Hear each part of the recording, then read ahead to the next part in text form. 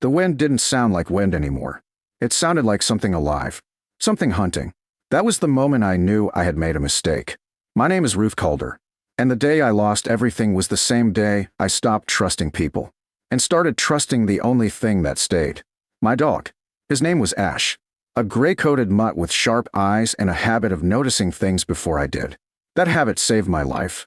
But not before I almost lost it. The argument had ended before the storm began. That was the part that still felt unreal. Because if it had lasted longer, if there had been one more word, one more moment, maybe I wouldn't have left. Take what's yours and go, he had said. Not yelling, not angry, just final, like a door already closed. I didn't fight it, didn't beg, didn't stay, because something in his voice told me there wasn't anything left to hold on to. So I took what I could carry, a blanket, a small pack, Ash, and I walked. The sky was already turning. That heavy gray that sits too low, too still, the kind that means snow isn't coming. It's already decided to fall. I should have stayed, should have found shelter before it started. But I didn't, because leaving felt easier than thinking, easier than stopping, easier than turning back. By the time the first snow hit, I was too far from anything to return. At first, it was light, almost harmless, soft flakes that melted when they touched skin. Then the wind shifted, and everything changed. The snow stopped falling and started moving, sideways, fast, sharp, cutting into my face like it had edges.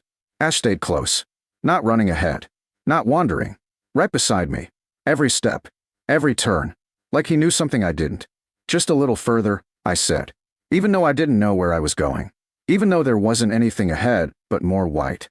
That was when the ground started disappearing, not physically, but visually. The path blurred, edges vanished. Everything became the same, flat, endless, dangerous. Because when you can't see where you're stepping, you stop knowing where you are. And when you stop knowing that, you don't last long. The cold followed next. Not all at once, but creeping, slow, subtle, until it wasn't. My fingers went first. Numb, heavy, then my feet. Each step harder to feel, harder to control. I stumbled once. Then again. Ash stopped, turned, looked at me. Not confused, not scared, focused. That was what stayed with me. The focus, like he had already decided something. Then he moved, not forward, not in the direction I had been heading, but sideways, toward the canyon. I almost didn't follow, because it didn't make sense, because it wasn't the path, because it felt wrong. But staying where I was felt worse. So I followed, step for step, through the snow, into terrain I couldn't see clearly. The ground shifted, rocked beneath the snow instead of dirt. The wind changed, not weaker, but redirected, breaking against something. That was the first sign. The second was Ash. He moved faster now, more certain, climbing slightly, then turning sharply, then stopping. He looked back at me again, waited. I reached him, barely, my legs heavy, my breath uneven. And that was when I saw it. At first, nothing, just rock, a wall rising out of the snow. Then, a shadow, thin, narrow, easy to miss. A crack, running vertically through the stone, no wider than my shoulders. I stared at it, trying to understand, because it didn't look like shelter, didn't look like anything, just a break, a flaw. But Ash didn't hesitate. He pushed forward, turned sideways, and slipped inside, disappeared completely. I stood there for a second too long, because the idea of squeezing into a crack in the rock, in the middle of a storm like this, felt impossible. But the wind hit again, harder, colder, and suddenly, impossible didn't matter. I turned sideways, pressed my shoulder against the stone, pushed. The gap resisted at first, then gave, just enough. I forced my way through, and stepped inside. The change was immediate. The wind stopped. Not less, not weaker, gone, like it had been cut off. The sound dropped with it, from a roar, to silence. I leaned against the wall, breathing hard, trying to understand what had just happened. The space widened slightly inside. Not large, but enough to stand, enough to move. The ceiling angled above me, jagged, natural, the floor dry, protected. Ash stood a few feet in, watching me, tail still, eyes steady, like he had been here before. I stepped further inside, carefully. The cold followed, but slower, less aggressive. The air held, didn't strip heat away the same way. I slid down against the wall, pulled the blanket tight around me, hands shaking now, not from movement, but from what came after. The body reacting. Catching up. Ash moved closer. Pressed against my side. Warm. Alive. Real. I wrapped an arm around him. Held on. Because in that moment, he was the only thing keeping me anchored. The storm raged outside. I could still hear it. Faint. Distant. But it couldn't reach me the same way. Not here. Time passed. I don't know how long. Because time doesn't behave the same when you're trying not to freeze. But slowly, the shaking eased. The numbness stopped spreading. The air inside the crack did something the open world couldn't. It held. Not warm, but stable. And stability is the first step to survival. I shifted slightly. Looked deeper into the space. There was more. Not a tunnel. Not exactly. But a bend. A curve in the rock that led further in. Hidden from the entrance. That mattered. Because direct exposure is what kills you. Not just the cold, but the movement. The constant loss. I pushed myself up. Slow. Unsteady. And moved deeper. Ash went first. Of course he did. The space turned sharply. Then opened just enough to create a pocket. A chamber. Small. But enclosed. Protected on all sides. I stepped into it and stopped. Because this was something else. The air was stiller here. Heavier. Less movement. Less loss. The kind of space that could hold heat. If you could make it. I sank down again. Back against the stone. Pulled Ash close. And for the first time since the storm began, I believed something. Not that I was safe. Not completely. But that I wasn't about to die. And that was enough. Outside, the blizzard continued. Relentless. Unforgiving. But inside the crack in the rock, something had changed. Not the storm, but my position in it. I wasn't exposed anymore. I wasn't fighting it directly. I was inside something that resisted it. That held against it. And that made all the difference. I closed my eyes for a moment. Not to sleep, but to think. Because surviving the storm was only the beginning. Staying alive after it. That would take more. More than luck. More than finding a hidden space. It would take understanding what I had found.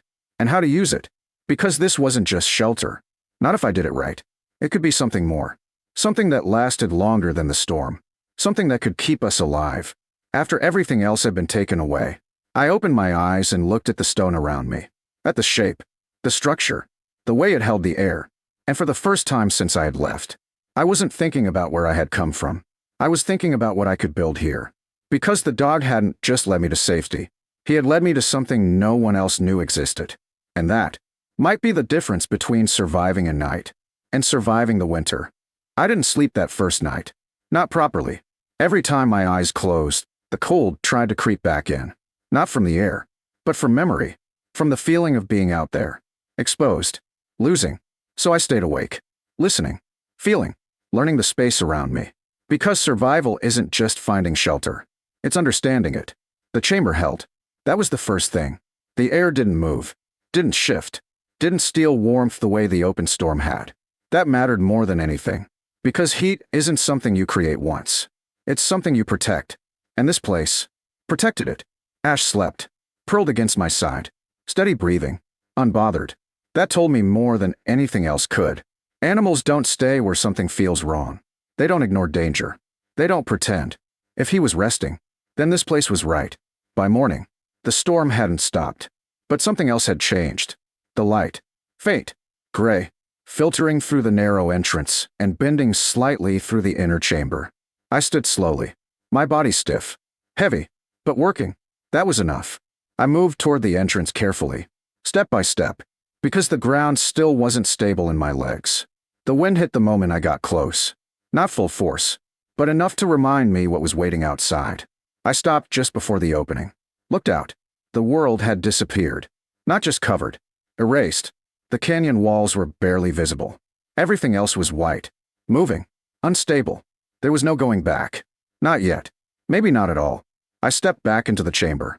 Because standing at the edge of something you can't survive doesn't change it. It just reminds you. Instead, I focused on what I had. The space. The shape. The way it held. That was where the thinking started. Not about leaving, but about staying. Because if I could stay, then I could last. And if I could last, then everything else could be figured out later. I began with the floor. It was dry, but still cold. Stone pulls heat away from your body faster than air. That had to change. I gathered what I could from near the entrance. Small debris. Loose fragments of dry brush caught in the rock. Bits of old plant matter that had blown in before the storm sealed everything off. Not much, but enough. I layered it, pressed it down, created a barrier between me and the ground. It wasn't soft, but it wasn't bare stone either. That made a difference. Then I looked at the walls, at the curve of the chamber, at the way the air settled inside it. I needed to keep it that way, not disturb it, not open it up too much. So I worked near the entrance next, not to block it, but to bend it. I shifted small rocks, stacked them along the inside edge, creating a partial barrier, something that forced the air to turn before entering, slowing it, breaking its path. That was enough, because direct flow is what kills warmth. Not air itself, but how it moves. By midday, the space felt different. Still cold, but controlled. Less loss, more holding. I sat again, pulled Ash close, and waited, because waiting is part of survival. Not doing nothing, but letting things settle, seeing what works, what doesn't. Time passed. The storm continued. But inside, it didn't reach me. Not the same way. Not directly. And that was the point. On the second day, I found the next piece. Water. I hadn't thought about it the first night, because staying warm had been enough. But now, I needed more. I listened, the same way I had learned before. Not for loud sounds, but for small ones. Subtle shifts. Echoes. There it was. Faint. A drip. Not near the entrance. Deeper. I moved carefully, following the sound. The chamber narrowed slightly, then opened into another small pocket. Higher. More enclosed. And there, along the rock face, moisture. Condensation gathering and falling slowly. Drop by drop. Not much, but steady. I held out the tin cup. Waited. Collected what I could. It wasn't fast, but it was enough. Enough to keep going. That was how everything worked now. Not abundance, but enough. The third day, the storm broke. Not gradually, not gently. It just stopped. The silence after it was heavier than the storm itself. I stepped toward the entrance again. This time, further, carefully, and looked out. The canyon had changed. Snow filled everything. Smoothed edges, covered paths. But the sky above, clear, bright, cold. The worst had passed. But that didn't mean it was over. Because now, the real problem began. What comes after? When the storm is gone. But everything had changed. Remains. I stepped back inside. Looked at the chamber. At the space that had held me. Kept me alive. And I made a decision. I wasn't leaving. Not yet. Because out there, I had nothing. No shelter. No certainty. But here, I had something. Something I understood. Something I could build on. Over the next few days, I turned survival into structure. I improved the floor. Added more layers. Raised it slightly. I refined the entrance. Shaped it better. Controlled it more. I marked the path to the water pocket. Made it easier to reach. Safer. I learned how the light moved. When it entered. Where it touched. And I adjusted around it. Everything became deliberate. Nothing wasted. Nothing random. And slowly, it became more than a place I had survived. It became a place I could live. Weeks passed. Then more. The snow outside didn't disappear. Not completely. But it settled. Stabilized. And eventually, people came looking. Not for me. Not at first. But for anything. Tracks. Signs. Something. Because the storm had taken more than just paths. It had taken people. I heard them before I saw them. Voices. Distant. Echoing through the canyon. I didn't move immediately. Just listened. Then stepped toward the entrance. Slowly. Carefully. And waited. They appeared as shakes at first. Then figures. Moving cautiously. Scanning the rock. Searching. One of them stopped. Looked toward the crack. Frowned. Because from the outside, it still looked like nothing. Just a break in the stone. Then they saw the movement. Me. Standing there. Inside something they couldn't understand. Ruth, someone called. I didn't answer right away. Because the person who had left that place wasn't standing here anymore. This version of me was different. Stronger. Not because I had fought the storm, but because I had stopped trying to. I stepped forward. Into the light. Ash at my side. Alive. Steady. Ow, one of them started. Then stopped. Because the answer was right behind me. Hidden in the rock. The space they had never noticed. The place they had never considered. You stayed here? Turner asked. Yes. Through the storm? Yes. He looked past me. Into the crack. Then back at me. That's not possible.